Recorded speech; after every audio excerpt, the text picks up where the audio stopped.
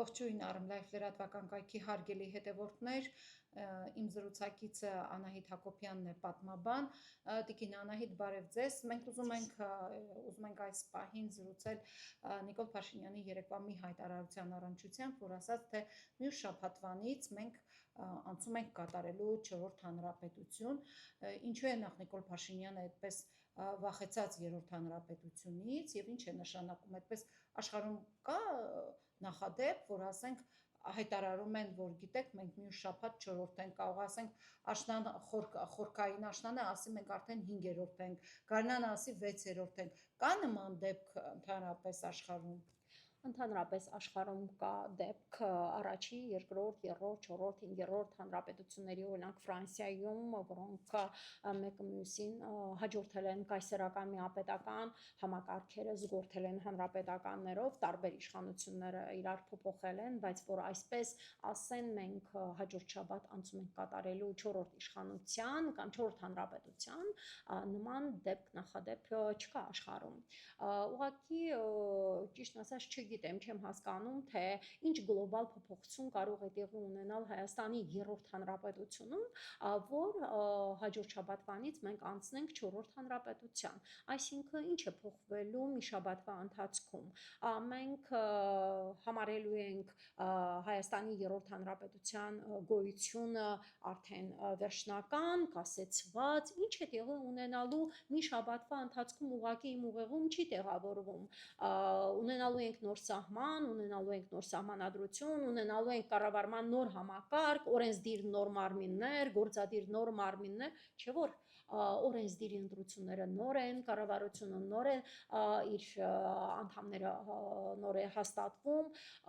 ինչ է տեղի ունենալու, իրոք այս հարցը բավականին մտահոգիչ է, որտեղ անցում մեկ այլ հանրապետության դա պիտի ինչ որ գլոբալ առումով փոփոխություն լինի, որ անցում կատարվի մի նոր հանրապետության։ Եթե 3-րդ հանրապետության ժամանակահատվածում տեղի ունեցած իրադարձությունները մտահոգում է մեր վարչապետին, ապա ինչից է փորձում ինքը հրաժարվել հաղթանակներից, պարտություններից, դա անհասկանալի է, ինչն է փորձում ինքը մոռացության տալ, չէ՞ որ մենք մեր պատմական ակունքներից հրաժարվել չենք կարող։ Եթե փորձում ենք հանել ու նոր կառավարության ծրագրով 2026-2031 թվականներին իբրև Ադրբեջանի հետ համատեղ ելնենք Ալմա-Աթայի հռչակագրի դրույթներից, ապա չէ՞ որ Հայաստանն ու Ադրբեջանը նույն ժամանակահատվածում չեն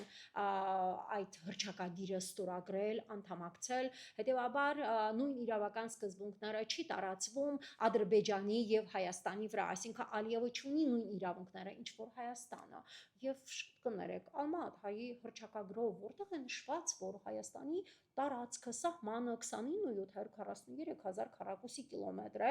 որպեսզի հիմա փորձում են ներկայացնել Հայաստանի իշխանությունները, թեպետև մենք էլ հստակ չգիտենք այս պահին Հայաստանը որքան սահման ունի։ Ալմա-Աթայի հռչակագրում նախ տարածքային սահմանային հարցեր չկային։ Հռչակագիրը, որը ստորագրվել է 1991 թվականի դեկտեմբերի 21-ին, Հայաստանի Հանրապետությունը ստորագրելով Հայաստանի խորհրդարանը 1992 թվականի հունվարին վավերացրել է, ի տարբերություն Ադրբեջանի խորհրդարանը այն չի վավերացրել եւ վավերացրել է 1993 թվականին սեպտեմբերին, ու սեպտեմբերի 24-ից է Ադրբեջանը փաստորեն ելնում այդ հռչակագրով սահմանված սկզբունքներից, բայց տարածքային սահմանների փոխադարձ ճանաչման խնդիրը դրվել է կանոնադրությամբ ԱՊՀ երկրների ստեղծման Ալմա-Աթայի հռչակագրից հետո եւ արդեն հետագայում դրա անդամակցած երկրները նույն իրավունքները չունեն, ինչ որ ի սկզբանե որպեսին հանդիսանում է Հայաստանի Հանրապետությունը, այսինքն երկու պետությունները միանշանակ կերպով չեն կարող ելնել այդ հռչակագրով հաստատված սկզբունքներից եւ այն, որ Հայաստանի Հանրապետությունը հիմա իբրև անցում է կատարելու 4-րդ հանրապետություն, դա Հնարավոր է, որ ասենք մյուս շաբաթ շատ այսպես հապշտապ Տիգրանաշենի սահմանազատումը արվի, դրանով էլ անցում կատարվի 4-րդ հանրապետություն։ Ամեն ինչ սպասելի է, ճիշտ ասած, այս իշխանություններից, ինչպես օրինակ Արցախը հանձնվեց, ինչպես օրինակ Հայաստանի տարածքից 200 քառակուսի մետր էլի Հայաստանին չի պատկանում այս պահին, ճիշտ ասած, Հայաստանը այս պահին չունի անգամ միջազգայնորեն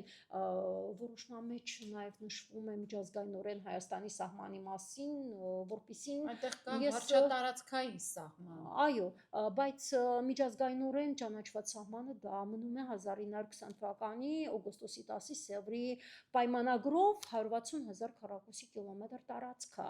Ուղղակի զարմանալի է, եթե 4-րդ հանրապետությունը պիտի պահպանի իբրև խաղաղություն, իբրև միջազգայնորեն, ինչպես իրենք նշում են 29,743,000 քառակուսի կիլոմետր տարածք, ապա ասեմ այդ տարածքը միջազգայնորեն ճանաչված չէ։ Չկա նման պայմանագիր, եթե կա, թող նշեն, հստակեցնեն, ես որպես պատմաբան այդպեսին չգիտեմ։ Տիկին Հակոբյան, եւ մի վերջին հարց, օրինակ որպես պատմաբան կա այդպիսի նախադեպ նորից աշխարհում, որ հարևան պետության, թշնամի պետության կողմից պետությունը օկուպացված լինի, ինչպես օրինակ մեզ մոտ Ադրբեջանը օկուպացրել է Ջերմուկից հատված, Սյունիքից հատվածներ, Գեղարքունիքից օկուպացրած լինի եւ առանց այդ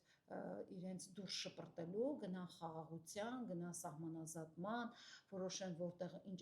որոնք են անկլավներ եղել, դուք քիչ առաջ ասացիք, որ այդ հռչակագրում քարտեզեր չկա, այդ քարտեզը գնում է կա նախադեպ, կա այդպիսի երկիր, որ թողել է հակառակորդը օկուպացնի իր երկիրը ու գնացել է խաղաղության, գնացել է